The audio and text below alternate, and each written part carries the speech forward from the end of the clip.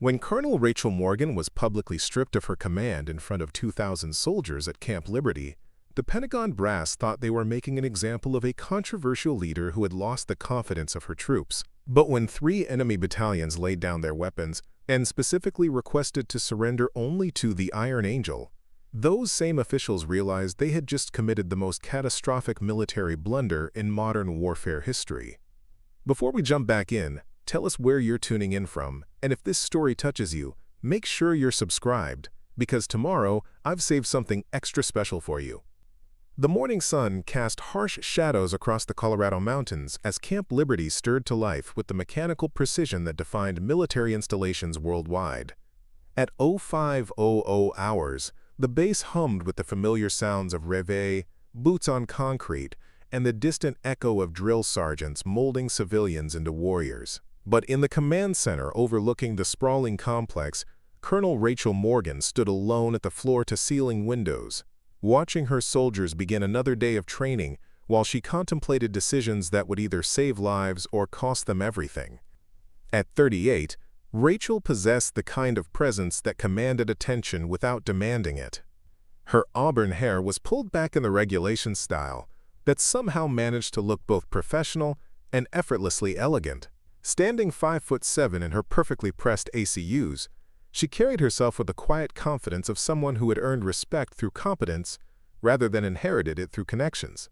Her green eyes held depths that suggested experiences far beyond the typical career path of most military officers, and when she spoke, people listened not because of her rank, but because her words carried the weight of someone who had been tested in ways that left permanent marks on both body and soul. Rachel's office reflected the same understated efficiency that characterized everything about her leadership style. The walls were decorated with unit citations and commendations that told the story of a 20-year career spent in the world's most dangerous locations, but notably absent were the typical ego displays that marked many senior officers' spaces.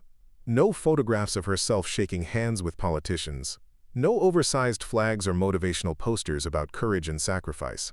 Instead, her office contained detailed topographical maps of current conflict zones, technical manuals for equipment that wouldn't be declassified for another decade, and a single-framed photograph of 12 soldiers in combat gear, taken during a deployment that never appeared in any official records. What made Rachel's leadership style particularly effective and simultaneously controversial was her approach to command that prioritized results over protocol.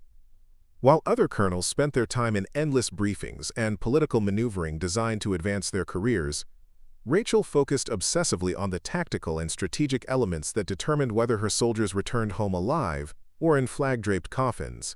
She studied enemy patterns with the dedication of a scholar, analyzed equipment failures with the precision of an engineer, and approached mission planning with the creative problem-solving skills that separated exceptional commanders from competent administrators.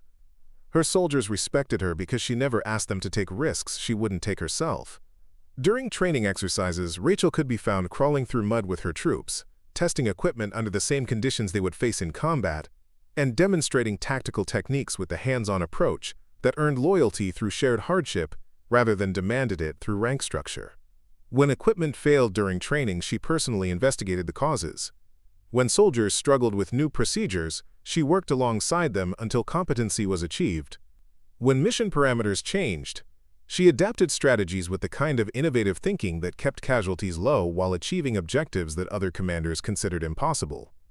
But Rachel's unconventional approach to leadership had also earned her enemies among the Pentagon brass, who valued predictability over innovation. Her tendency to question orders that seemed tactically unsound made her superiors uncomfortable. Her habit of implementing solutions that worked better than official doctrine suggested that established military thinking might be flawed. Most dangerously, her consistent success in situations where other commanders failed made her a threat to officers whose careers depended on maintaining the fiction that military hierarchy always produced the best tactical decisions. The source of tension that would ultimately destroy Rachel's career had begun 6 months earlier during Operation Desert Forge, a classified mission in Syria that required extracting high-value intelligence assets from territory controlled by a particularly sophisticated terrorist organization. The original mission plan, developed by Pentagon strategists who had never set foot in the Middle East, called for a direct assault approach that Rachel recognized would result in heavy casualties, while likely failing to achieve the primary objective.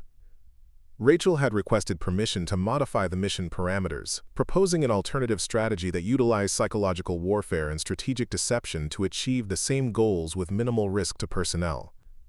Her plan was tactically brilliant, incorporating elements of misdirection that would confuse enemy forces while creating opportunities for extraction that didn't require direct confrontation. The strategy drew on her extensive experience in unconventional warfare, combining traditional military tactics with innovative approaches that reflected deep understanding of enemy psychology and regional political dynamics. When her request for mission modification was denied by officers who preferred the certainty of established doctrine over the uncertainty of tactical innovation, Rachel faced the choice that would define the remainder of her military career. She could follow orders that she knew would result in unnecessary casualties, or she could implement strategies that would save lives while potentially violating the chain of command that formed the foundation of military discipline. Rachel chose to save lives. Her modified approach to Operation Desert Forge succeeded beyond all reasonable expectations. The intelligence assets were extracted without a single casualty, enemy forces were left confused and demoralized, and the mission achieved objectives that exceeded the original parameters, while demonstrating tactical innovation that should have been studied and replicated throughout the military. But instead of recognition for exceptional leadership under pressure, Rachel found herself facing disciplinary action for insubordination and failure to follow direct orders from superior officers.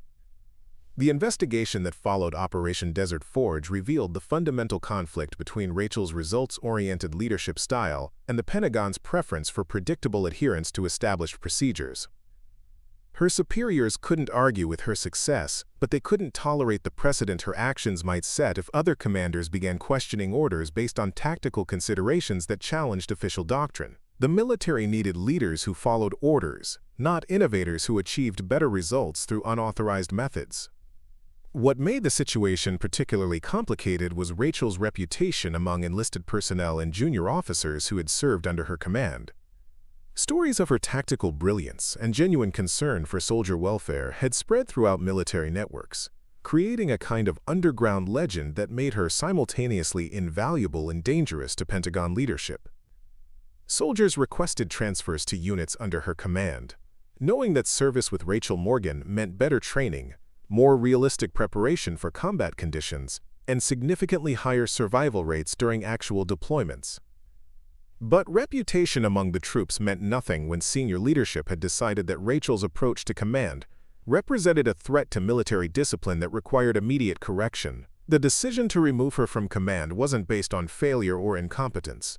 It was based on success achieved through methods that challenged the authority structure that kept the military functioning as a predictable, controllable organization. As Rachel stood at her office windows watching her soldiers prepare for another day of training, she understood that forces beyond her control were moving to end her military career. The paperwork was already being processed, the transfer orders already being prepared, and the public ceremony that would strip her of command authority was being planned by officers who viewed her removal as necessary for maintaining institutional integrity. What none of them anticipated was that Rachel's reputation extended far beyond the American military. In enemy camps across multiple continents, her tactical innovations and psychological warfare techniques had earned a different kind of recognition. She was known as the Iron Angel, a commander whose strategic thinking was so sophisticated that opposing forces had learned to avoid direct confrontation with units under her command. Her reputation among enemies was built on respect for capabilities that exceeded conventional military thinking, and that respect would soon manifest in ways that would shock the Pentagon officials who thought they understood the true nature of battlefield leadership. The storm clouds gathering over Rachel's career were about to break with consequences that would extend far beyond routine military discipline. In 72 hours, she would face public humiliation designed to end her influence over American military doctrine. But the true test of her leadership was approaching from directions that Pentagon strategists couldn't predict. And when enemy forces made their unprecedented decision to surrender specifically to the Iron Angel, everyone would understand that they had been witnessing the destruction of a commander whose tactical genius was irreplaceable. Rachel closed her eyes and took a deep breath of the thin mountain air, knowing that she was about to lose everything she had worked 20 years to build. What she didn't know was that her greatest victory was still ahead of her, waiting in the form of enemy recognition that would prove her worth in ways that American military leadership had failed to understand. Preparing and narrating this story took us a lot of time, so if you are enjoying it, subscribe to our channel. It means a lot to us. Now back to the story. The Pentagon's mahogany-paneled conference room buzzed with the kind of tension that preceded decisions affecting thousands of lives and millions of dollars in military resources. General Patricia Hayes sat at the head of the polished table, her silver hair pulled back in a style that had remained unchanged throughout her 30-year climb up the military hierarchy. At 55, she possessed the political acumen that had allowed her to navigate the treacherous waters of military leadership, while maintaining the favor of both congressional oversight committees and defense contractor lobbies whose support determined career advancement. Surrounding Hayes were the architects of American military policy, men and women whose decisions shaped global strategy while remaining largely invisible to the public they served. Admiral James Richardson controlled naval operations across 3 ocean theaters, his weathered face bearing the permanent squint of someone who had spent decades studying horizon lines for threats that might never materialize. General Michael Santos commanded air operations that spanned 6 continents, his technical expertise in advanced aviation systems making him indispensable to Pentagon leadership, who relied on his assessments of emerging aerial warfare technologies. But the most influential figure in the room was Colonel David Brennan, a man whose rise through military intelligence had been meteoric and carefully orchestrated through connections that extended deep into Washington's political establishment. At 42, Brennan possessed the kind of smooth confidence that came from never having been tested under actual combat conditions, combined with the political sophistication that allowed him to frame complex military situations in terms that served his personal advancement while appearing to prioritize national security. The subject of their emergency session was Colonel Rachel Morgan, whose recent actions during Operation Desert Forge had created ripple effects throughout the military establishment that threatened to undermine established command structures. The success of her unauthorized tactical modifications had not only saved lives and achieved mission objectives, but had also demonstrated that Pentagon-approved strategies were potentially flawed, creating implications that extended far beyond a single operation in Syria. "Gentlemen, ladies," Hayes began, her voice carrying the authority that came from making decisions that affected global military operations. "We have a situation that requires immediate resolution. Colonel Morgan's success in Syria has created precedent issues that threaten the chain of command structure that keeps our military functioning effectively." Admiral Richardson leaned forward with the kind of focused attention that characterized his approach to complex strategic problems. "Patricia, I've reviewed the operational reports from Desert Forge. Morgan's tactical innovations were brilliant, and the results speak for themselves. 0 casualties, complete mission success, and enemy forces left completely demoralized. From a purely military perspective, her approach should be studied and replicated." The admission created uncomfortable silence around the conference table, because Richardson's assessment was accurate, and everyone present understood the implications. Rachel's unauthorized modifications had produced results that exceeded official expectations, while demonstrating strategic thinking that surpassed Pentagon-approved doctrine. Her success created questions about the effectiveness of established military planning that senior leadership was not prepared to address. General Santos shifted uncomfortably in his chair, recognizing the political complexities that surrounded Rachel's situation. "Jim, you're absolutely right about the tactical results. But we can't ignore the discipline issues. If we allow field commanders to modify mission parameters based on personal judgment, we create a command structure where every officer becomes their own strategic authority. That's not sustainable in an organization that requires coordinated action across multiple theaters." Colonel Brennan saw his opportunity to position himself as the voice of institutional wisdom, while simultaneously eliminating a potential rival whose tactical expertise threatened his own advancement. "Michael raises the crucial point," he said, his voice carrying the measured tones of someone accustomed to being listened to by superior officers. "Morgan's technical competence isn't the issue here. The issue is her pattern of questioning established doctrine and implementing unauthorized strategies that undermine the authority structure that keeps our military effective." Hayes nodded approvingly, recognizing that Brennan was articulating the concerns that had brought them together while providing political cover for the decision she had already made. "David's analysis is correct. We're not questioning Morgan's tactical abilities. We're addressing her failure to operate within the command structure that ensures coordination and accountability throughout our military operations. What none of them acknowledged, because it would have complicated their predetermined conclusion, was that Rachel's pattern of questioning established doctrine had consistently produced superior results while saving American lives and achieving strategic objectives that exceeded official expectations. Her unauthorized strategies weren't reckless gambles. They were calculated innovations based on deeper understanding of enemy psychology and battlefield dynamics than Pentagon theorists possessed.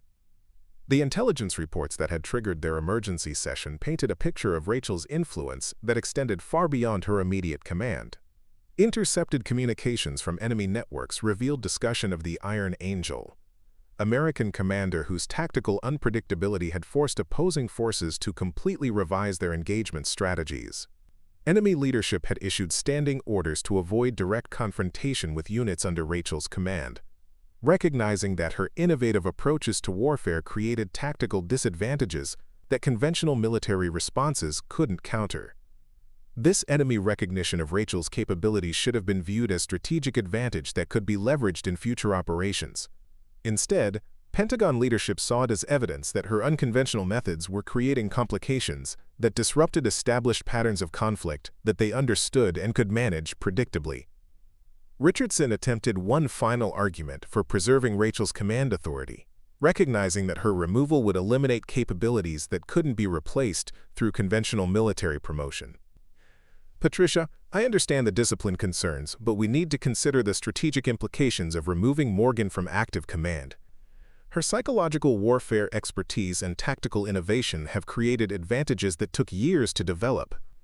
If we transfer her to administrative positions, we lose operational capabilities that our enemies have learned to fear. The observation was accurate, but politically inconvenient, because it suggested that Rachel's value to American military operations exceeded the importance of maintaining traditional command structures.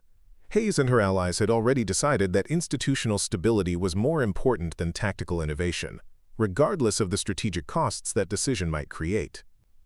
Brennan moved to close the discussion with arguments that framed Rachel's removal as necessary for military effectiveness rather than personal advancement. Admiral Richardson, your points about Morgan's tactical abilities are well taken, but we have to consider the broader implications of her approach to command. Junior officers throughout the military are watching this situation, and our response will determine whether they understand that following orders is more important than achieving tactical success through unauthorized methods. The statement revealed the fundamental disconnect between Pentagon politics and battlefield reality, but it resonated with senior leadership who prioritized institutional control over operational effectiveness. Hayes saw unanimous support for the decision she was prepared to announce, and she moved forward with the political confidence that came from eliminating a potential source of institutional disruption. The decision is made, Hayes declared with finality that ended further discussion. Colonel Morgan will be relieved of command effective immediately. The ceremony will be public and comprehensive, sending clear message throughout the military that tactical success does not excuse insubordination or failure to follow established command protocols. The meeting concluded with administrative details about Rachel's removal ceremony, transfer orders that would effectively end her operational career, and press releases that would frame her dismissal as necessary military discipline rather than political elimination of inconvenient competence. None of them anticipated that their decision would create consequences, extending far beyond routine personnel actions. In enemy camps across multiple continents, intelligence networks were already reporting unusual activity among forces that had learned to respect the Iron Angel's tactical capabilities. Military leaders who had spent years avoiding direct confrontation with Rachel's units were monitoring American military communications for signs that their most feared opponent might be removed from active command. What Pentagon leadership didn't understand was that enemy respect for Rachel's capabilities was based on fear that extended beyond tactical innovation into strategic psychology that had fundamentally altered how opposing forces approached conflict with American military units. Her removal would create power vacuum that enemies might attempt to exploit, but it would also trigger responses that no one in that mahogany-paneled conference room had anticipated. The storm they were about to unleash by stripping Rachel of her command would have consequences that exceeded their ability to predict or control, and within 72 hours, they would discover that destroying the Iron Angel was impossible when her reputation had become more powerful than her official military authority. 8,000 miles from the Pentagon's sterile conference rooms, in a cave complex carved into the mountainous terrain of eastern Afghanistan, a different kind of military meeting was taking place. The air was thick with smoke from wood fires, and the tension that accompanied discussions about life-and-death decisions affecting thousands of fighters spread across 3 countries. Commander Rashid Qassem sat cross-legged on woven carpets that had been carried through mountain passes by his grandfather's generation, but his attention was focused on satellite communication equipment that connected him to insurgent networks spanning continents. At 43, Qassem possessed the weathered appearance of someone who had spent 2 decades fighting superior military forces through tactics that conventional armies couldn't counter. His beard was streaked with premature gray from stress and mountain cold, while his dark eyes held the calculating intelligence that had allowed him to survive engagement after engagement with military forces that possessed overwhelming technological advantages. Unlike many insurgent leaders who relied primarily on ideological fervor, Qassem approached warfare with the strategic sophistication of someone who understood that emotion without tactical competence led only to martyrdom without achievement.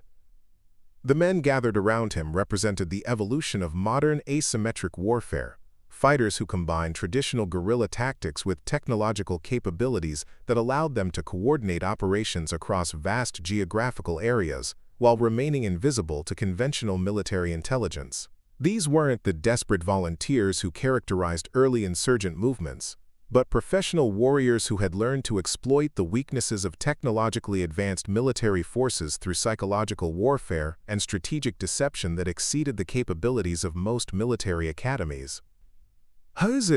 What had brought them together in this remote location was intelligence about changes in American military command structure that could affect their operational planning across multiple theaters.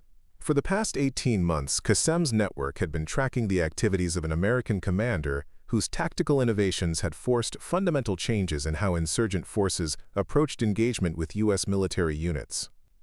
"Brothers," Qassem began, his voice carrying the authority that came from successful leadership under impossible conditions, "our sources in American military communications have confirmed what we suspected. The Iron Angel is being removed from operational command."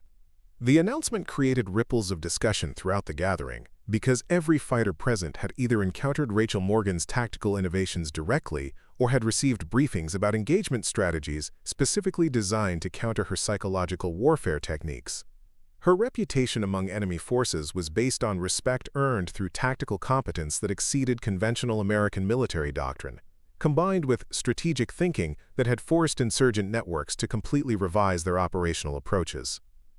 Abdul Rahman, a logistics coordinator whose network supplied fighters across 4 countries, leaned forward with the focused attention that characterized his approach to strategic planning. "Rashid, this creates opportunities we haven't had in years. The Iron Angel's psychological warfare techniques have been forcing our fighters to avoid direct engagement with American units. If she's removed from command, we can return to conventional tactical approaches that our people understand." The observation was accurate but incomplete, because Rahman was focusing on immediate tactical advantages while missing the broader strategic implications of Rachel's removal.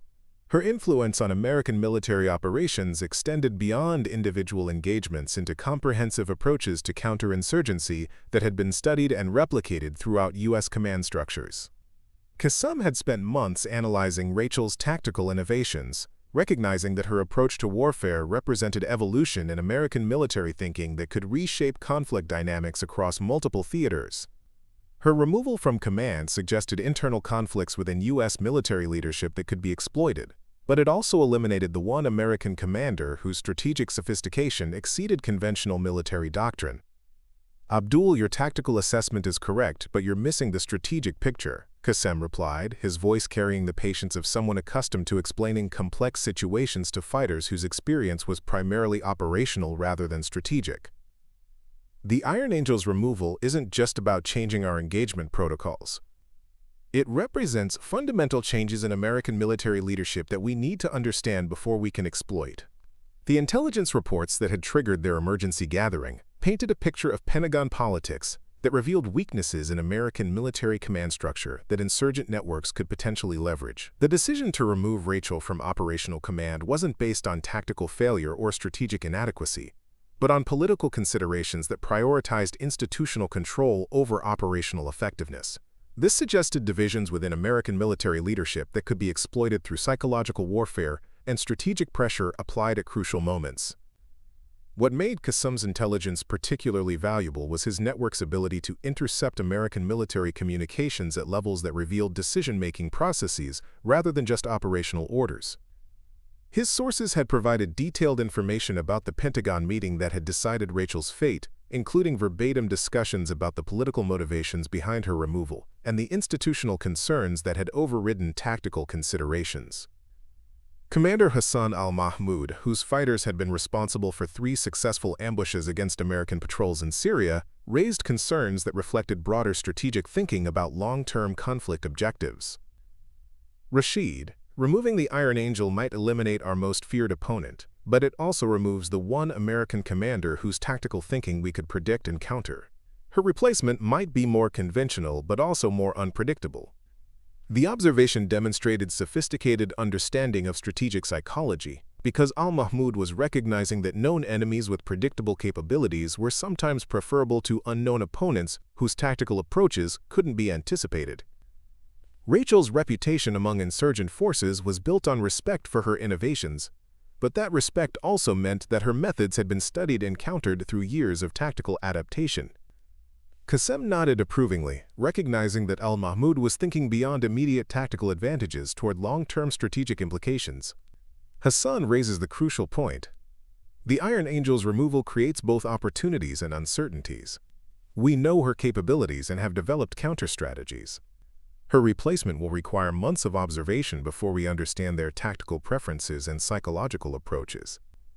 The discussion continued for hours, covering intelligence assessments, tactical adjustments, and strategic planning that would reshape insurgent operations across multiple countries. But beneath the military analysis lay deeper recognition that Rachel's removal represented something unprecedented in their experience with American military leadership. Never before had they witnessed a commander with her tactical capabilities being removed for political rather than operational reasons. What none of them anticipated was that their intelligence networks had missed crucial aspects of the situation developing around Rachel's dismissal. The Pentagon's decision to strip her of command publicly was designed to send messages not just to American military personnel, but to enemy forces who had learned to fear her tactical innovations. The ceremony planned for her removal was intended to demonstrate that American military leadership prioritized institutional discipline over individual tactical brilliance. But enemy recognition of Rachel's capabilities had created psychological dynamics that extended beyond conventional military command structures. Her reputation as the Iron Angel was based on fear that transcended official military authority, and that fear would soon manifest in ways that would shock both Pentagon leadership and insurgent networks who thought they understood the implications of her removal. In 72 hours, when Rachel faced public humiliation designed to end her military influence, enemy forces would make decisions that reflected strategic thinking that exceeded both American political calculations and insurgent tactical planning. The storm approaching Camp Liberty would have consequences that neither Pentagon planners nor insurgent commanders had anticipated, and everyone would discover that destroying a legend was impossible when that legend had become more powerful than the institutional authority that created it. The mountain cave fell silent as Qassem concluded the gathering with orders that would position his network to exploit whatever opportunities emerged from Rachel's removal. None of them suspected that within days they would be facing decisions about surrender that contradicted everything they believed about warfare, honor, and the strategic objectives that had defined their lives for decades. The Secure Communications Center at Camp Liberty operated 24 hours a day, monitoring intelligence traffic from across 6 time zones while maintaining encrypted connections to forward operating bases in 12 countries. Major Lisa Chen had been stationed at the facility for 18 months, long enough to recognize patterns in enemy communications that suggested significant tactical shifts were developing across multiple theaters simultaneously. But the intercepted transmissions she was analyzing at 0300 hours painted a picture of coordinated activity that exceeded anything in her previous experience. Chen possessed the analytical skills that came from 8 years of military intelligence work, combined with graduate-level education in linguistics and regional studies, that allowed her to interpret cultural nuances in communications that other analysts might miss. Her expertise in psychological warfare and strategic deception had made her invaluable to commanders who needed to understand not just what enemies were saying but what they meant by the tactical and strategic context that shaped their communications. The intelligence traffic that had been flowing through her monitoring stations for the past 48 hours indicated unusual coordination among insurgent networks that typically operated independently due to ideological differences and territorial disputes. Cell phone intercepts, satellite communications, and encrypted digital messages all pointed toward a level of cooperation that suggested they were responding to some significant development in American military operations. What made the intelligence particularly concerning was the repeated reference to Iron Angel in communications from groups that had never previously acknowledged each other's existence. Insurgent commanders in Afghanistan were sharing tactical assessments with Syrian networks, while fighters in Iraq were coordinating with cells in Yemen around strategic planning that involved an American military figure whose reputation apparently transcended normal geographical boundaries. Chen had cross-referenced the Iron Angel designation with military personnel databases, discovering that the codename corresponded to Colonel Rachel Morgan, whose tactical innovations and psychological warfare expertise had been forcing enemy tactical adaptations across multiple theaters for the past 2 years. What puzzled her was why enemy networks would be increasing their communications about Morgan at precisely the moment when classified Pentagon orders indicated she was being removed from operational command. The timing was too precise to be coincidental. Enemy intelligence capabilities were sophisticated enough to monitor American military communications at levels that revealed personnel decisions before they were implemented operationally. If insurgent networks were coordinating their responses to Morgan's removal, it suggested that her tactical influence had been more significant than conventional intelligence assessments indicated. Chen's analysis was interrupted by the arrival of Captain Jennifer Walsh, the night shift supervisor whose experience with enemy communication patterns made her essential for understanding tactical intelligence that emerged during off hours when most senior officers were unavailable for consultation. Walsh possessed the kind of instinctive understanding of enemy psychology that came from years of studying how insurgent networks adapted to American military pressure. "Lisa, I've been reviewing the traffic from your monitoring stations," Walsh said, settling into the chair beside Chen's workstation with the focused attention that characterized her approach to complex intelligence problems. "The coordination patterns we're seeing suggest something bigger than tactical adjustment to personnel changes. These networks are planning something unprecedented." The observation was accurate and disturbing, because Walsh was recognizing that enemy communications indicated strategic planning rather than routine tactical adaptation. The level of coordination developing among insurgent networks suggested they were preparing for operations that required unprecedented cooperation between groups that had historically prioritized independence over collaboration. Chen pulled up digital displays showing communication intercepts from the past 72 hours, arranged chronologically to reveal patterns that might not be apparent when analyzed individually. "Jennifer, look at the timing of these transmissions.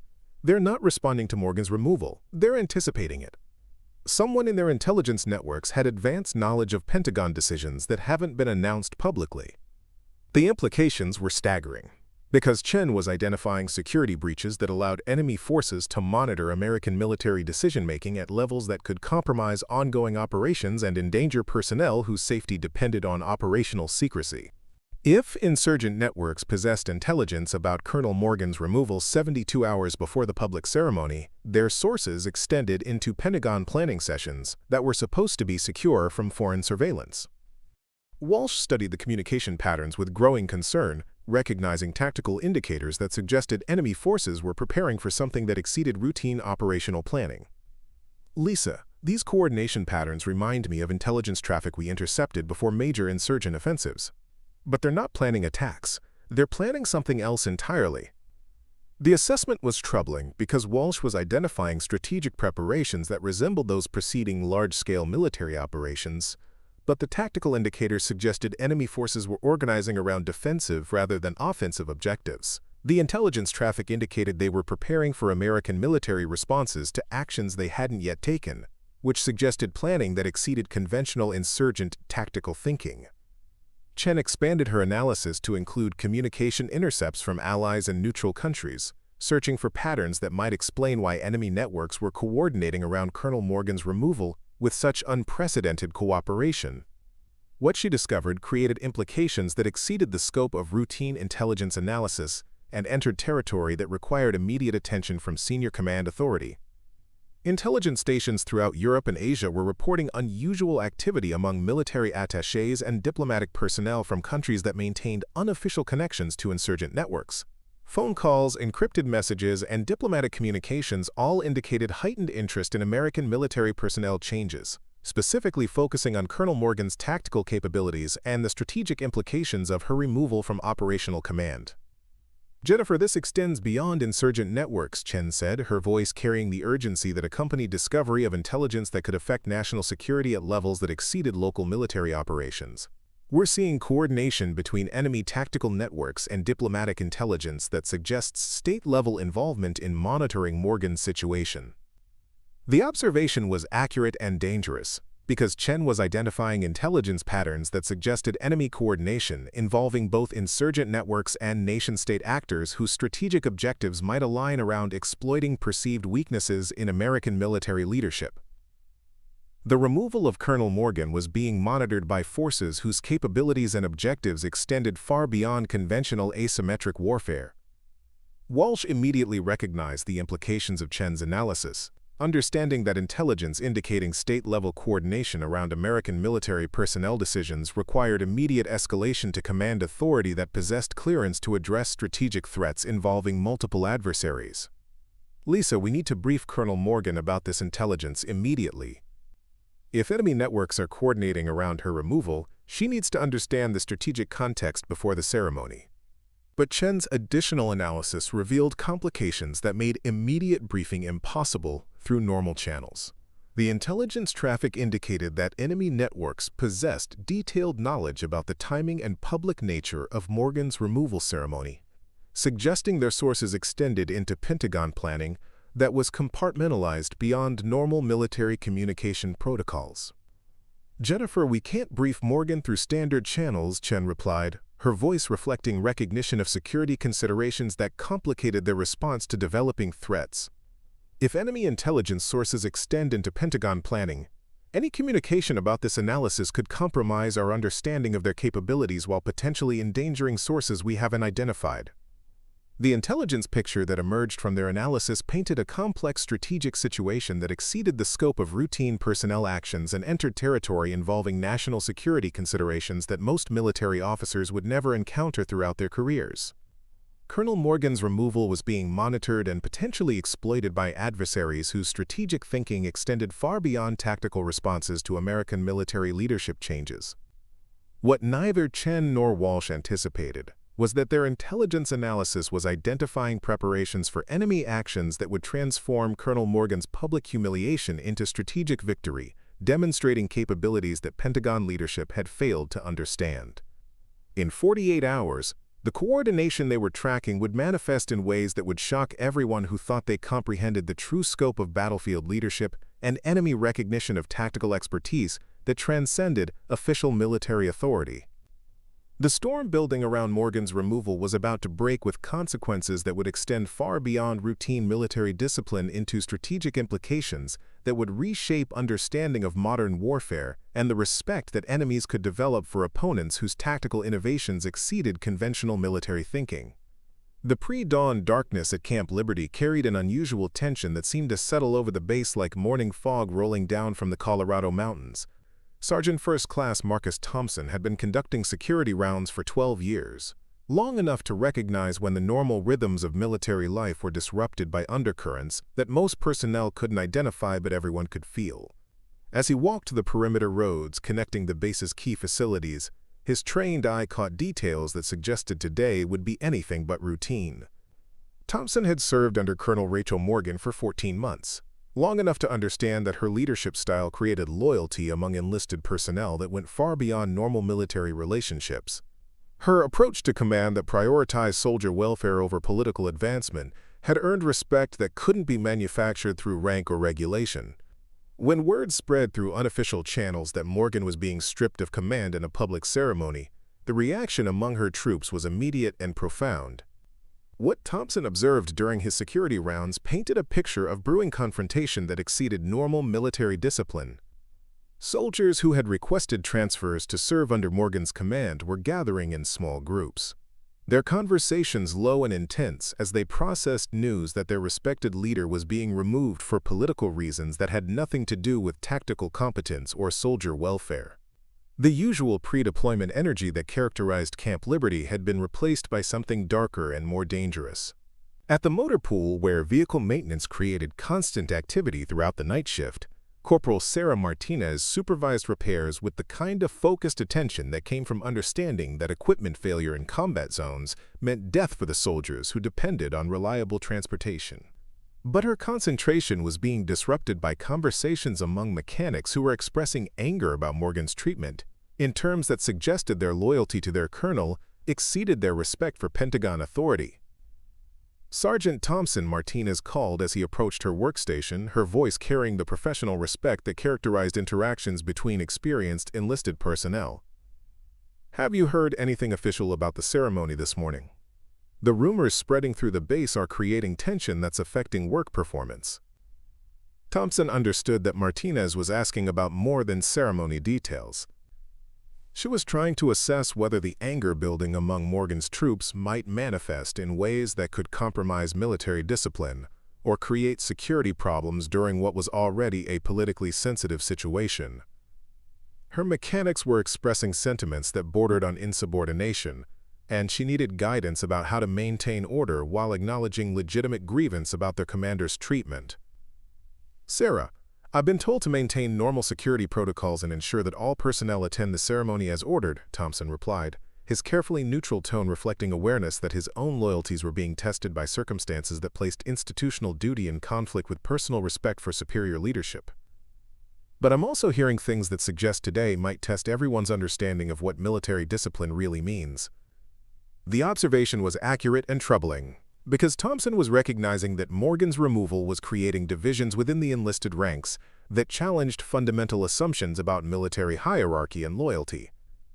Soldiers who had experienced her leadership style were questioning whether following orders from Pentagon officials who had never served under combat conditions was more important than supporting a commander whose tactical expertise had kept them alive during deployments. As Thompson continued his rounds, he encountered similar conversations throughout the base. At the communications facility, night shift operators were monitoring intelligence traffic with unusual intensity, their professional focus sharpened by personal investment in understanding developments that might affect their commander's fate. In the barracks, soldiers were preparing for the ceremony with military precision that masked emotional turmoil about witnessing the public humiliation of a leader they respected more than any other officer in their military experience. The dining facility buzzed with subdued conversation as early shift personnel prepared breakfast while processing news that had spread through enlisted networks faster than official announcements could travel. Staff Sergeant Jennifer Wilson, whose food service operations fed 3,000 personnel daily, had been fielding questions about the ceremony from soldiers whose anger about Morgan's treatment was creating potential for disruption that exceeded normal military discipline. "Thompson, I need to know what kind of crowd control we're expecting today," Wilson said as he checked security at the dining facility's main entrance. "The conversations I'm hearing suggest some soldiers are planning responses to the ceremony that might go beyond standard military protocol." The concern was legitimate, because Wilson was recognizing that Morgan's removal was generating emotional responses among enlisted personnel that could manifest in ways that challenged military authority structure.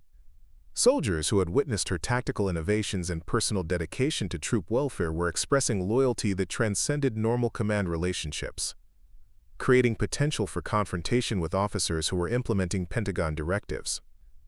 Thompson had been briefed about crowd control procedures, but those briefings had focused on routine military ceremonies rather than situations where popular commanders were being removed for political reasons that contradicted their tactical success and soldier support. The security challenges he was anticipating extended beyond normal military discipline into territory where institutional authority might conflict with genuine leadership earned through competence and sacrifice. "Jennifer, I've been told to prepare for a standard ceremony with normal security protocols," Thompson replied, his professional response masking personal recognition that today's events would test military discipline in ways that routine training hadn't prepared anyone to handle. But I'm also positioning additional security personnel at strategic locations, because the emotional investment in this situation exceeds normal military relationships.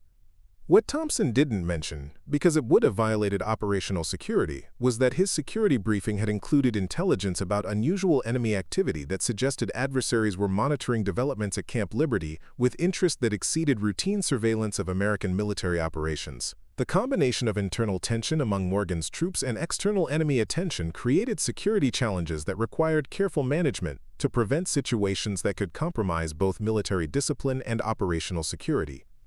As dawn approached and the base prepared for the ceremony that would end Rachel Morgan's military career, Thompson completed his rounds with growing awareness that the events of the next few hours would test everyone's understanding of military loyalty, institutional authority, and the respect that genuine leadership could earn through competence demonstrated under combat conditions. The storm that had been building since news of Morgan's removal first spread through enlisted networks was about to break, with consequences that would extend far beyond routine military discipline. In the communications center, intelligence officers were monitoring enemy activity that suggested adversaries understood the significance of Morgan's removal better than Pentagon officials who had ordered it. At the dining facility, soldiers were expressing loyalty to their commander that challenged assumptions about military hierarchy. Throughout the base, enlisted personnel were preparing to witness the public humiliation of a leader whose tactical expertise and personal dedication had earned respect that couldn't be destroyed through ceremonial stripping of official authority. What none of them anticipated was that enemy forces monitoring their situation had made decisions that would transform Morgan's public disgrace into strategic victory, demonstrating capabilities that exceeded Pentagon understanding of modern warfare. In 3 hours, when 2,000 soldiers gathered to witness their commander's removal, they would discover that battlefield leadership earned through competence under fire created respect that transcended official military authority and could manifest in ways that would shock everyone who thought they understood the true nature of strategic influence and enemy recognition of tactical superiority. The quiet hours before dawn carried tensions that would soon explode into confrontation between institutional authority and earned leadership, between political expedience and tactical competence, between Pentagon directives and soldier loyalty forged through shared danger and mutual respect that had been tested under conditions where failure meant death. The parade ground at Camp Liberty had been transformed into an arena of military justice, its normally empty expanse now filled with precision-arranged seating for 2,000 soldiers who had been ordered to witness what Pentagon leadership intended as an object lesson in military discipline. Portable bleachers created elevated viewing for officers, while enlisted personnel stood in formation on the carefully maintained grass that had been manicured specifically for this ceremony. The Colorado morning sun cast sharp shadows across the assembly, creating stark contrasts that seemed to emphasize the gravity of proceedings that would either reinforce institutional authority or reveal its limitations. General Patricia Hayes stood at the elevated platform that had been constructed specifically for this ceremony, her silver hair gleaming in the mountain sunlight, while her dress uniform displayed 3 decades of ribbons and decorations that testified to a career built on political acumen rather than battlefield leadership. Behind her, a carefully selected panel of Pentagon officials arranged themselves with the precise choreography that characterized military ceremonies designed to demonstrate institutional power through visual symbolism. Colonel David Brennan positioned himself at Hayes' right side, his uniform immaculate and his bearing confident as he prepared to witness the elimination of a potential rival whose tactical expertise had threatened his own advancement through military hierarchy. His satisfaction was carefully concealed behind professional neutrality, but his political instincts recognized that Rachel Morgan's public humiliation would send clear messages throughout the military establishment about the consequences of challenging established authority. Admiral James Richardson and General Michael Santos flanked the platform with expressions that revealed their discomfort with proceedings they understood were necessary for institutional stability, but personally found distasteful. Both men possessed enough combat experience to recognize tactical competence when they encountered it, and both understood that Rachel's removal was political expedience disguised as military discipline. Their presence at the ceremony represented institutional loyalty that overrode personal reservations about destroying a career built on genuine battlefield leadership. The soldiers assembled to witness Rachel's disgrace represented every unit stationed at Camp Liberty, their formations perfect, despite the emotional tensions that rippled through the ranks like electrical current seeking ground. Major Thompson's security personnel had positioned themselves strategically throughout the assembly, their alert postures reflecting awareness that the loyalty Rachel had earned among enlisted personnel created potential for disruption that could transform ceremonial humiliation into confrontation with Pentagon authority. At precisely 0800 hours, the ceremony began with military precision that had been rehearsed to eliminate any possibility of deviation from the script that Pentagon planners had designed to demonstrate institutional control. The base color guard marched forward with synchronized steps that echoed across the parade ground, their movements creating visual testimony to military discipline that would frame Rachel's removal as necessary correction of dangerous individualism that threatened organizational effectiveness. Colonel Rachel Morgan emerged from the command building with the same measured stride that had characterized her leadership throughout 20 years of military service.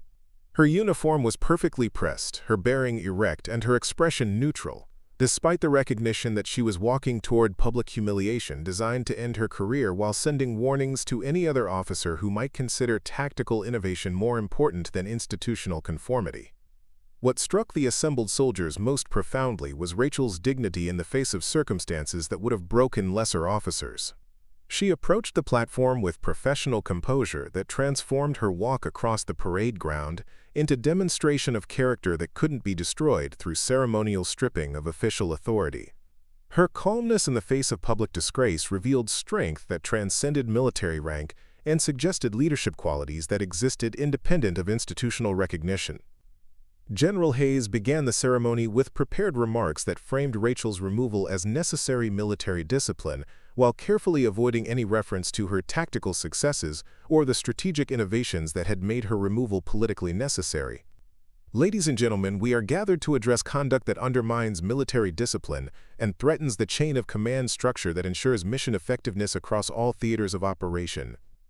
The words carried across the parade ground through amplification systems that ensured every soldier could hear the institutional justification for proceedings that most of them recognized as political theater designed to eliminate competence that challenged established authority. Hayes's carefully neutral tone couldn't disguise the fact that she was destroying a career built on tactical excellence in order to preserve administrative structures that prioritized predictability over innovation. Colonel Rachel Morgan, Hayes continued, her voice gaining authority as she moved into the formal accusations that would justify Rachel's removal. You stand accused of repeatedly violating direct orders from superior officers, implementing unauthorized tactical modifications during classified operations, and demonstrating pattern of insubordination that threatens military effectiveness and unit cohesion. The charges were technically accurate, but strategically misleading, because they described Rachel's tactical innovations and successful mission modifications as violations of military discipline, rather than demonstrations of superior strategic thinking that had saved American lives, while achieving objectives that exceeded Pentagon expectations. Hayes was framing competence as insubordination and tactical success as institutional threat. Rachel stood at attention throughout the recitation of charges, her expression revealing nothing of the emotions that accompanied witnessing her career being systematically destroyed through political maneuvering disguised as military justice. Her silence wasn't submission, it was professional dignity that refused to provide the emotional response that her accusers might have hoped to elicit. The formal stripping of command began with removal of Rachel's unit insignia, each piece of military identification being removed with ceremonial precision that emphasized the finality of proceedings designed to eliminate her influence over American military operations. Colonel Brennan stepped forward to collect her command authority documentation, his movements careful and deliberate as he participated in the destruction of a tactical expert whose capabilities exceeded his own. But as the ceremony reached its climax, with Rachel standing stripped of the symbols that had identified her as one of America's most effective military commanders, something unprecedented began to develop beyond the boundaries of Camp Liberty. The intelligence networks that Major Chen had been monitoring suddenly exploded with activity that exceeded anything in recent military history. Emergency communication systems throughout the base began receiving transmissions from multiple enemy networks simultaneously, their messages all containing the same unprecedented request that would transform Rachel's public humiliation into strategic victory that nobody had anticipated. The parade ground ceremony was about to be interrupted by enemy forces making a decision that would shock everyone who thought they understood the nature of modern warfare, and the respect that tactical excellence could earn even from adversaries. In 60 seconds, General Hayes would receive intelligence that enemy battalions across 3 countries were requesting to surrender specifically to the Iron Angel, creating circumstances that would reveal the true scope of Rachel's strategic influence, while demonstrating that battlefield leadership earned through competence under fire created respect that transcended official military authority and could manifest in ways that Pentagon planners had never imagined possible. The ceremony designed to destroy Rachel's career was about to become the moment when everyone discovered that her reputation had grown beyond institutional control into something that enemies feared and respected more than official American military hierarchy. The emergency klaxon that suddenly pierced the morning air at Camp Liberty created chaos that no ceremony rehearsal had prepared anyone to handle. General Hayes froze mid-sentence, her prepared remarks about military discipline forgotten as the base's emergency communication systems erupted with transmissions that exceeded every protocol for handling developing crisis situations. The parade ground ceremony ground to an immediate halt as 2,000 soldiers turned their attention toward the communication towers, where red warning lights indicated incoming priority intelligence that required immediate command response. Major Lisa Chen burst from the intelligence center with the kind of urgent movement that characterized responses to strategic developments that could affect national security. Her face was pale with recognition that the intelligence traffic she had been monitoring for 72 hours was about to manifest in ways that exceeded everyone's ability to predict or control. In her hands, she carried encrypted communication transcripts that would transform Rachel's public humiliation into strategic vindication, demonstrating capabilities that Pentagon leadership had failed to understand. "Here, General Hayes," Chen called across the parade ground, her voice carrying over the confused murmur of soldiers who were witnessing unprecedented interruption of military ceremony by emergency intelligence requiring immediate command attention. "Ma'am, we have multiple enemy networks requesting immediate communication with Colonel Morgan specifically. They're indicating intention to surrender, but only to her personal authority." The announcement struck the assembled crowd like physical blow, creating stunned silence among soldiers who were processing information that contradicted everything they understood about military hierarchy and enemy psychology. The ceremony designed to demonstrate Rachel's disgrace was being interrupted by enemy forces whose respect for her capabilities exceeded Pentagon recognition of her tactical expertise.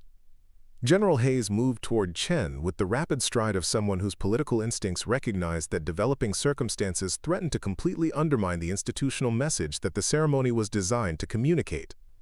If enemy forces were requesting to surrender specifically to Rachel, it suggested her strategic influence extended far beyond anything Pentagon planners had anticipated when they decided to remove her from command.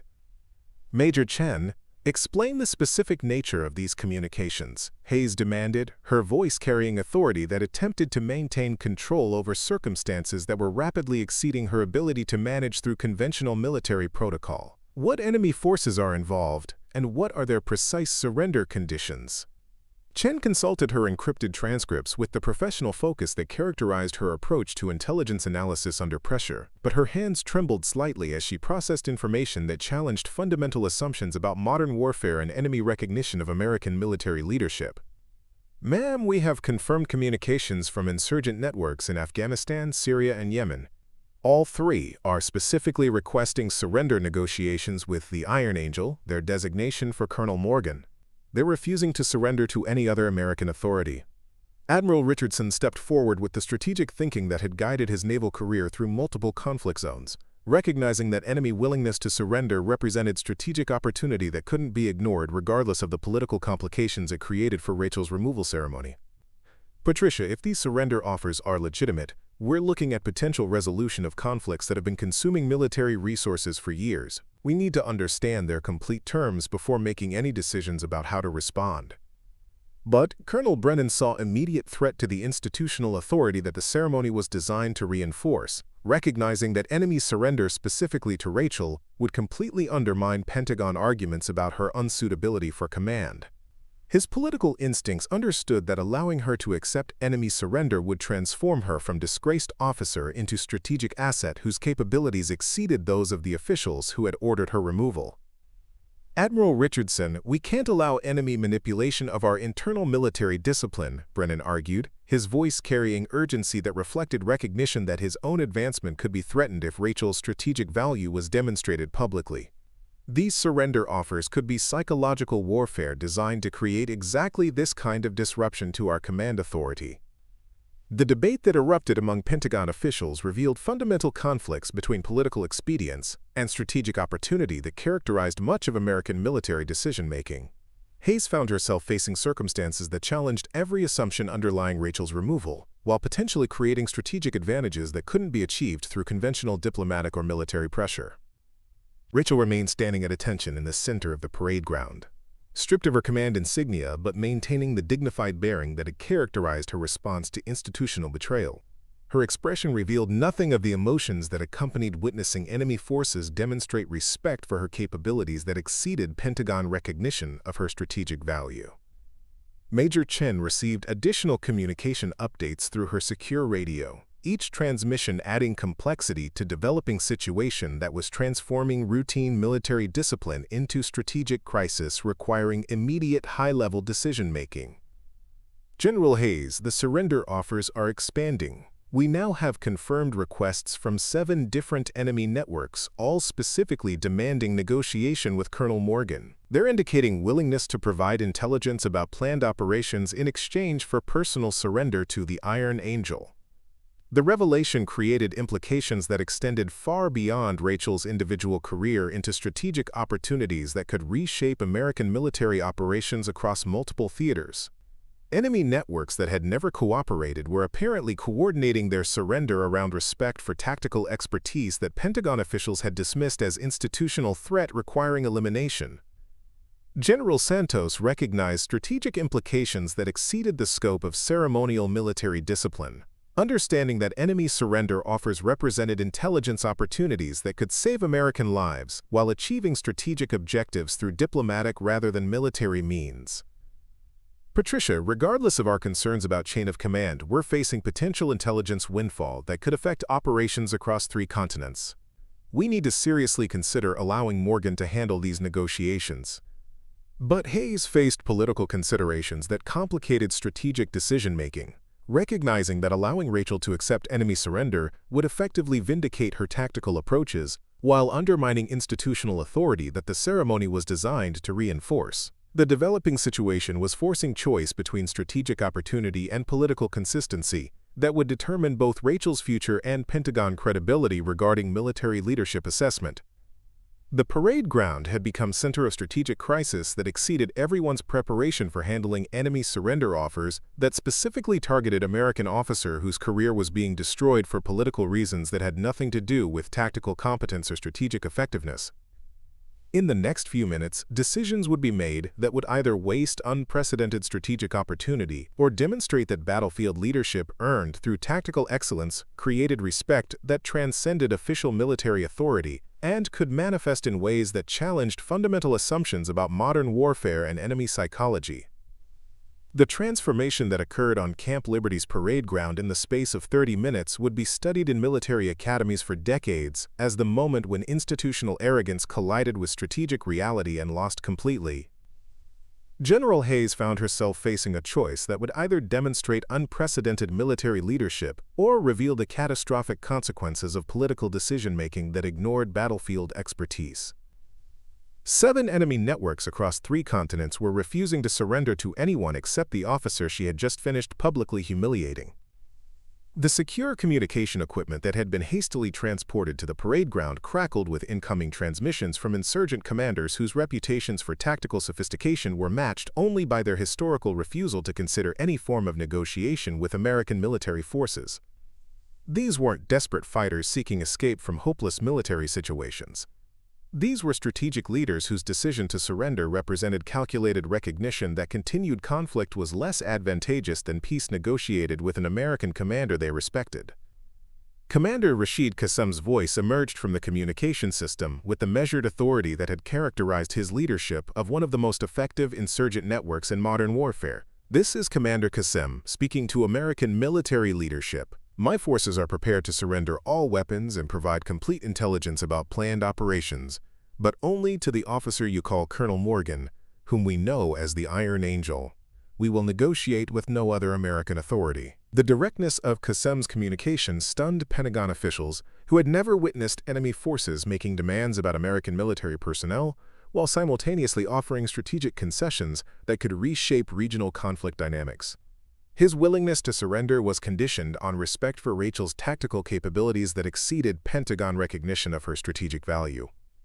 Additional transmissions followed in rapid succession, each from insurgent commanders whose networks had been fighting American forces for years without ever considering negotiated resolution. Their communications revealed coordination that had been developing since intelligence about Rachel's removal first reached enemy networks, demonstrating strategic thinking that exceeded Pentagon understanding of how battlefield reputation could transcend official military hierarchy. American commanders, came another voice, identified by intelligence officers as belonging to Hassan al-Mahmoud, whose Syrian network had been responsible for some of the most sophisticated attacks against American military installations in the region. "My fighters respect the Iron Angel's tactical innovations and psychological understanding of warfare. We offer surrender to her personally, including intelligence about operations planned across 4 countries. But we will negotiate only with her." The pattern was unmistakable and unprecedented. Enemy commanders who had never cooperated were coordinating their surrender around respect for an American officer whose career was being destroyed by her own military leadership. Their recognition of Rachel's capabilities was creating strategic opportunities that couldn't be achieved through conventional military or diplomatic pressure. Rachel stepped forward with the calm professionalism that had characterized her approach to command throughout 20 years of military service, recognizing that enemy surrender offers represented vindication of tactical expertise that Pentagon officials had dismissed as institutional threat. Her voice carried across the parade ground with clarity that reached every soldier witnessing the complete reversal of her political destruction. "General Hayes," Rachel said, her tone respectful but firm, "I request permission to conduct surrender negotiations with enemy forces who are offering to end conflicts that have been consuming American resources and lives for years. Their conditions are unprecedented, and their intelligence offerings could save countless American lives while achieving strategic objectives through diplomatic rather than military means." The request created a moment of absolute silence on the parade ground as 2,000 soldiers processed the reality that their disgraced commander was being offered opportunity to achieve strategic victory that exceeded anything Pentagon planners had accomplished through conventional military operations. Enemy forces were demonstrating respect for her capabilities that her own military leadership had failed to recognize. General Hayes faced decision that would either demonstrate strategic wisdom or reveal institutional blindness that could cost American lives and strategic opportunities that might never emerge again. The ceremony designed to eliminate Rachel's influence was being transformed into demonstration of her irreplaceable strategic value by enemies who understood her capabilities better than Pentagon officials who had ordered her removal. "Colonel Morgan," Hayes said finally, her voice carrying recognition that political considerations were being overwhelmed by strategic realities that couldn't be ignored. "You are authorized to conduct preliminary surrender negotiations with enemy forces, but these negotiations will occur under close supervision and with full documentation of all communications and agreements." The authorization represented complete reversal of institutional position that had been maintained throughout Rachel's removal proceedings, but strategic opportunity created by enemy surrender offers exceeded political considerations that had motivated her disgrace. Hayes was choosing strategic advantage over political consistency, recognizing that refusing enemy surrender would represent military incompetence that could affect American operations across multiple theaters. Rachel moved toward the communication equipment with renewed authority that transformed her from disgraced officer into strategic asset whose capabilities exceeded Pentagon recognition. Her approach to surrender negotiations would demonstrate tactical sophistication that justified enemy respect while achieving diplomatic resolution of conflicts that had resisted conventional military solutions. The negotiations that followed created strategic breakthrough that exceeded every expectation held by military officials who witnessed enemy forces providing detailed intelligence about planned operations, weapons, stockpiles, and coordination networks that American intelligence had been unable to penetrate through years of conventional surveillance and interrogation. Rachel's psychological understanding of enemy motivations created trust that enabled information sharing at levels that transformed regional strategic understanding. Within 6 hours, 7 insurgent networks had completed formal surrender procedures that ended active hostilities across 3 countries, while providing intelligence that prevented planned attacks on American installations and Allied civilian targets. The strategic value of information provided during surrender negotiations exceeded anything achieved through conventional military operations, demonstrating effectiveness of diplomatic approaches that recognized enemy psychology and tactical sophistication. The aftermath of Rachel's vindication created institutional changes that extended throughout American military leadership structure. Pentagon officials who had ordered her removal found their own careers under review as strategic success demonstrated incompetence of political decision-making that ignored battlefield expertise. Colonel Brennan's advancement was permanently stalled as his role in eliminating tactical expertise became subject of congressional investigation into military leadership effectiveness. Rachel was not only restored to full command authority but promoted to brigadier general with expanded responsibilities for psychological warfare and enemy negotiation that utilized her unique capabilities for understanding adversary motivations and strategic thinking. Her new position created institutional recognition that tactical innovation and enemy respect were strategic assets that couldn't be replaced through conventional military promotion or political maneuvering. The parade ground ceremony that began as demonstration of institutional authority over individual competence ended as proof that battlefield leadership earned, through tactical excellence, created influence that transcended official military hierarchy and could manifest in ways that exceeded Pentagon planning capabilities. Enemy recognition of Rachel's strategic value had transformed her political destruction into career advancement that reflected true understanding of her irreplaceable military capabilities. How much you know? Years later, military historians would identify the events at Camp Liberty as a pivotal moment when American military leadership learned that enemy respect for tactical competence could create strategic opportunities that exceeded conventional diplomatic and military approaches. The Iron Angel had risen from institutional betrayal to strategic vindication, demonstrating that genuine leadership earned through battlefield excellence could not be destroyed through political maneuvering or ceremonial humiliation. Rachel's legacy became foundation for new approaches to military leadership that prioritized tactical innovation and psychological understanding over political conformity, ensuring that future commanders would be evaluated based on strategic effectiveness rather than institutional compliance. The enemy's surrender that saved her career had also saved American military doctrine from political blindness that could have cost countless lives and strategic opportunities across multiple theaters of operation. Up next, you've got 2 more standout stories right on your screen. If this one hits the mark, you won't want to pass these up. Just click and check them out. And don't forget to like, subscribe, and turn on the notification bell so you don't miss any upload from us.